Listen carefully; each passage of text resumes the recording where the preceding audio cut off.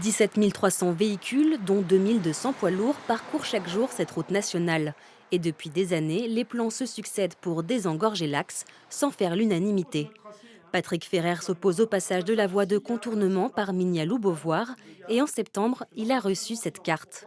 Ce tracé dit Nord-Touche, qui n'est pas un contournement, puisque contourner, ça veut dire éviter en français. Ce tracé, en fait, c'est un ami qui nous veut du bien, qui me l'a déposé dans la boîte aux lettres, de façon anonyme.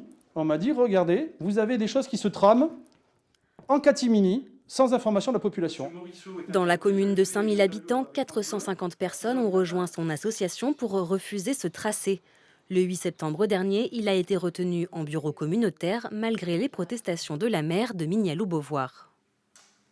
Ici, on nous propose quelque chose qui coupe notre commune en deux, qui coupe deux vallées sèches, donc avec tout l'hiver de l'eau s'est inondée, qui passe dans des zones urbanisées dont les premières maisons sont à 50 mètres du tracé. Le contournement s'inscrit dans un projet plus vaste qui propose un boulevard urbain, le développement de pistes cyclables de transport en commun ou ferroviaire. Un projet éclipsé par la fuite de cette fameuse carte, un simple document de travail selon Grand Poitiers. La démocratie, la concertation publique, etc., elle viendra en son temps, elle sera animée par l'État, puisque là, aujourd'hui, on n'est pas sur un projet ficelé, on n'a fait aucune étude d'impact, on a juste, nous, travaillé objectivement sur la population et la mobilité. C'est l'État qui aura le dernier mot puisque la route est nationale.